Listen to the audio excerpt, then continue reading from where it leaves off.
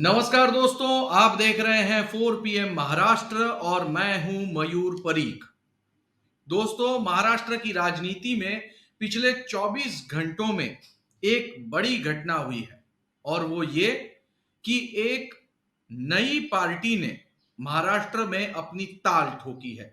एक ऐसी पार्टी जो पहले से ही एक राज्य में पूर्ण रूप से सत्ता में है अपने दम पर, और अब महाराष्ट्र के ग्रामीण इलाकों में वो अपना दमखम दिखाना चाहती है।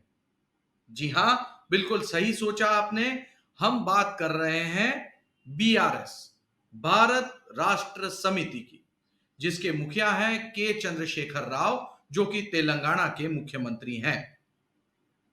इन्होंने 24 घंटे पहले ही महाराष्ट्र के नागपुर में अपनी पार्टी कार्यालय का उद्घाटन किया और इस उद्घाटन के वक्त उन्होंने जो हुंकार भरी वो क्या था, उन्होंने क्या कहा, आइए सबसे पहले वो देखते हैं, फिर उस पर आज की चर्चा करेंगे। महाराष्ट्र में बहुत जोरों का चल रहा है बीआरएस का काम। मैं बहुत संतुष्ट हूं। संभावित रूप से आज एक तूफान के जैसा जा रहा है। 4 लाख अब तक हमारे कमिटियों में लोग आ चुके हैं, 4 लाख के ऊपर। अभी ये 30 दिन का जो काम खत्म हो जाएगा तो कम से कम मेरे ख्याल से 25-30 लाख की हमारी सेना बनेगी पूरे महाराष्ट्र राज्य में। अब बहुत बड़े बड़े नेता भी हमारे तरफ देखने लगे हैं। शंकरन अभी बता रहे, मैंने कहा भाई पूरा पुराने नेताओं से मत भरो, कुछ युवा के लिए रखो, किसानों के लिए रखो। फिर पूरे वन भाई बन गए तो पुराने दुकान खुल जाएगा, फिर हम कोई काम नहीं कर पाएंगे। लेकिन कुछ तो रखो, सही बात है ना। तो लिहाजा मैं कहता हूं, नेतृत्व करने वाले कर रहे हैं, 75 साल हो गए, एक बार हम भी ले लेते हैं नेतृत्व। हमारे किसान, हमारे युवा, पढ़े लिखे लोग कई हैं, हमारे युवा लोग हमारे किसानों के घर में ही हैं। उन जवान लोगों को जिता लेते हैं, फिर फर्स्ट क्लास कानून कायदा जो बनना बनेगा और किसानों का जरूर खुशहाली होगी। तो सुना दोस्तों आपने चंद्रशेखर राव ने क्या कहा। उनकी पार्टी के लाखों पदाधिकारी इस समय हो चुके हैं और आने वाले दिनों में इसकी संख्या कई गुना ज्यादा बढ़ाने का उनका टारगेट है। दरअसल हमने जब कुछ लोगों से बातचीत की तो हमें पता चला कि उनकी पार्टी लगभग 45,000 जितने गांवों में कमिटी बनाने का फैसला कर चुकी है। नागपुर में उन्होंने बड़ी रैली को संबोधित किया उद्घाटन प्रसंग के समय, लेकिन इससे पहले वो महाराष्ट्र के पूर्व मुख्यमंत्री अशोक चौहान के चुनाव क्षेत्र नांदेड़ में 2 बार रैली कर चुके हैं। और सबसे बड़ी आश्चर्य की बात यह है कि उनकी रैलियों में जबरदस्त भीड़ उमड़ी थी। इन रैलियों में कितनी भीड़ थी और वो क्या कहते थे, आइए वो भी देख लेते हैं। एक झलक ये, मैं आज इस लोहा के सभा से ऐलान करता हूं, अभी मैंने बीआरएस पार्टी का रजिस्ट्रेशन भी करवाया। महाराष्ट्र के लोकल बॉडी चुनाव में आगामी पंचायत राज इलेक्शन में हर जिला परिषद में गुलाबी झंडा खड़ा हो जाएगा। पूरे जिला परिषद का मुकाबला करेंगे। आप गांव गांव में अपना ताकत दिखाइए। कौन कौन भाग के नहीं आता मैं देखता हूं। देखिए, नांदेड़ की बात कुछ अलग है। नांदेड़ तेलंगाना से सटा हुआ महाराष्ट्र का जिला है। नांदेड़ के लगभग 25 जितने गांव वालों ने महाराष्ट्र सरकार को पहले ही खत लिखा है कि उन्हें महाराष्ट्र में रहने में कोई दिलचस्पी नहीं है, क्योंकि उन्हें कोई मूलभूत सुविधाएं आज तक नहीं मिली हुई है। तेलंगाना राष्ट्र समिति यहां पर अपनी पैठ पहले से ही जमा चुकी है। लेकिन सबसे दिलचस्प बात यह है कि बड़े बड़े नेता, या कह लो हाशिए में धकेले हुए नेता, या फिर जिन्हें अपना पॉलिटिकल करियर सेट करना है लेकिन कोई ठीक ठीक झंडा या सिंबल नहीं मिल रहा, ऐसे कई सारे नेता, यानी कि 50 से ज्यादा नेता अब तक टीआरएस में शामिल हो चुके हैं। इसमें एक बड़ा नाम है घनश्याम शेलार, जो कि राष्ट्रवादी कांग्रेस पार्टी के उपाध्यक्ष थे। घनश्याम शेलार महज 750 वोट से कद्दावर नेता बब्बन राव पाचपुते के सामने चुनाव हारे थे और अब उन्होंने बीआरएस का रास्ता पकड़ लिया है। कुल मिलाकर ये वो बात है कि जिन नेताओं को टिकट नहीं मिलेगी ऐसा लग रहा है, वो कहीं ना कहीं अपनी धरती खोज रहे थे और बीआरएस ने उन्हें ये रास्ता दे दिया है। आइए अब हम इस बारे में बात करते हैं कि बीआरएस आखिरकार किन मुद्दों पर आगे बढ़ रही है महाराष्ट्र में, जिसकी वजह से उन्हें समर्थन मिल रहा है। तो चंद्रशेखर राव जो हैं, उन्होंने खुद कमान संभाली है, वो खुद मैदान में उतरे हैं और वो किसान की बात करते हैं, वो बिजली की बात करते हैं, वो पानी की बात करते हैं, वो किसान आत्महत्या की बात करते हैं।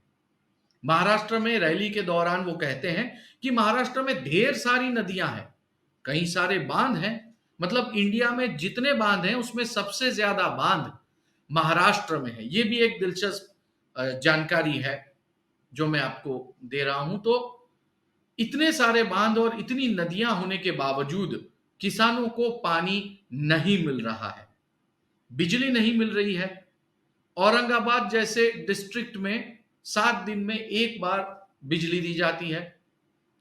तो चंद्रशेखर राव ने यह प्रॉमिस किया है कि तेलंगाना में भी बिल्कुल ऐसी ही परिस्थिति थी, लेकिन 5 सालों के भीतर अब सभी के पास 24 घंटे बिजली है और हर खेत तक पाइप से पानी पहुंच चुका है।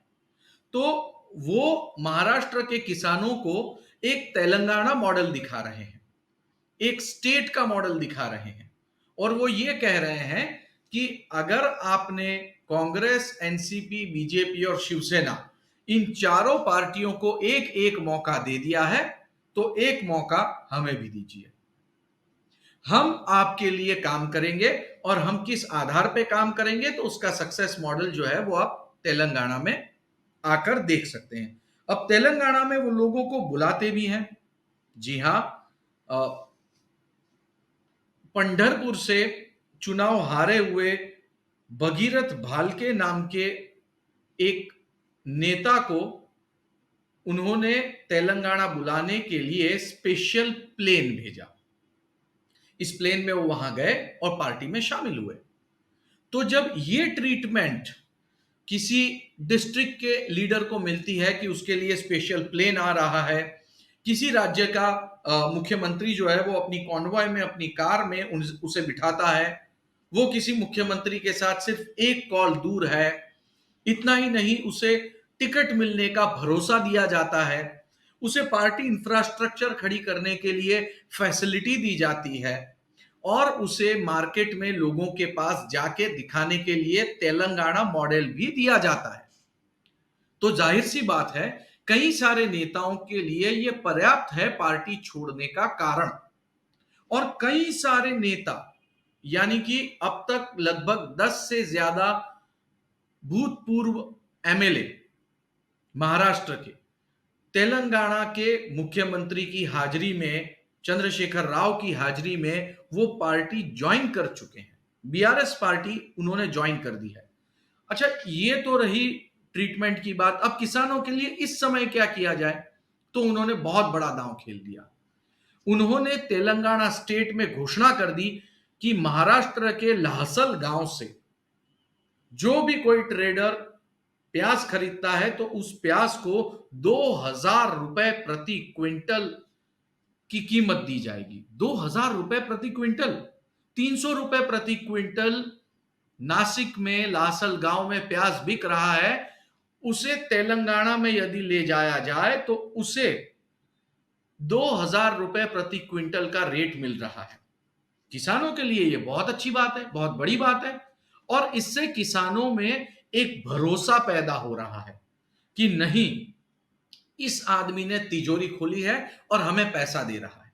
तो एक तरफ तेलंगाना मॉडल, दूसरी तरफ उनको सीधे पैसे, तीसरी और उन्हें इंफ्रास्ट्रक्चर देना। देखिए, नांदेड़ के बाद अब उनका पूरा फोकस जो है वो छत्रपति संभाजी नगर के बाद नागपुर की तरफ आगे बढ़ा है। तो वो पूरा का पूरा मराठवाड़ा और विदर्भ जो इलाका है उसे कैप्चर करने की फिराक में है, और उनकी ये रणनीति बिल्कुल सही साबित होती हुई दिख रही है, क्योंकि अब तक उनकी पार्टी में 4 लाख से भी ज्यादा किसान मेंबर बन चुके हैं। हर गांव में वो कमेटी बना रहे हैं। वैसे अब तक उन्होंने इस बात की घोषणा नहीं की है कि वो मोदी विरोधी खेमे में रहेंगे या उनका एक अलग अस्तित्व होगा, क्योंकि दिल्ली में जो लीकर मामला पकड़ा गया उसके तार तेलंगाना के साथ जुड़े हुए हैं। कुछ अखबारों में यह रिपोर्ट भी आई है कि चंद्रशेखर राव की बेटी का नाम भी इस मामले में है और उन्हें दिल्ली बुलाया गया था पूछताछ के लिए इस लीकर पॉलिसी घोटाले मामले में। तो देखिए, यह भी एक दिलचस्प पहलू है। और अगर चंद्रशेखर राव पूरे महाराष्ट्र में किसानों के बीच डेंट करने में सफल रहते हैं तो बहुत बड़ी अड़चन पैदा हो सकती है राष्ट्रवादी कांग्रेस पार्टी और साथ ही कांग्रेस पार्टी के लिए। चंद्रशेखर राव ने यह भी घोषणा कर दी है कि वो पूना, मुंबई इन जगहों पर भी आने वाले दिनों में अपनी ऑफिस खोलने जा रहे हैं, और साथ ही वो बड़े नेताओं को भी पार्टी में आने का न्योता दे रहे हैं। तो कुल मिलाकर चंद्रशेखर राव दिल्ली में और आंध्र प्रदेश में ऑफिस खोल चुके हैं, महाराष्ट्र में नागपुर में ऑफिस खोल दी, नांदेड़ में रैली कर दी, किसानों का प्याज ऊंचे दाम खरीद रहे हैं, बहुत से ज्यादा प्रॉमिस दे रहे हैं, कार्यकर्ताओं के लिए प्लेन गाड़ियां भेज रहे हैं, रिसोर्सेज उपलब्ध करा रहे हैं। तो क्या के चंद्रशेखर राव अपनी पार्टी को रीजनल पार्टी छोड़ के राष्ट्रीय पार्टी और खुद को चीफ मिनिस्टर छोड़ के राष्ट्रीय नेता के रूप में देखना चाहते हैं, या फिर वो महाराष्ट्र में बहुत ही इंपॉर्टेंट रोल आने वाले दिनों में अदा करने वाले हैं? कहा यह भी जा रहा है कि चंद्रशेखर राव नांदेड़ से लोकसभा का चुनाव लड़ेंगे और वहां पे जीतने का इरादा रखते हैं। तो लोकसभा चुनाव से पहले महाराष्ट्र में जमीनी स्तर पर बड़े दांव खेले जा रहे हैं, नए दांव खेले जा रहे हैं। आने वाले दिनों में ये कौन सा गुल खिलाएगी राजनीति, ये तो देखना दिलचस्प होगा। हां, मगर मैं आपको रिपोर्ट कर ये जानकारी आप तक जरूर पहुंचाऊंगा। इसी तरह की महाराष्ट्र की राजनीति से जुड़ी हुई खबरों को हर रोज देखने के लिए आप सब्सक्राइब कर दीजिए 4 PM महाराष्ट्र और बेल बटन दबाना ना भूलिए। आज का एपिसोड देखने के लिए बहुत बहुत धन्यवाद। नमस्कार।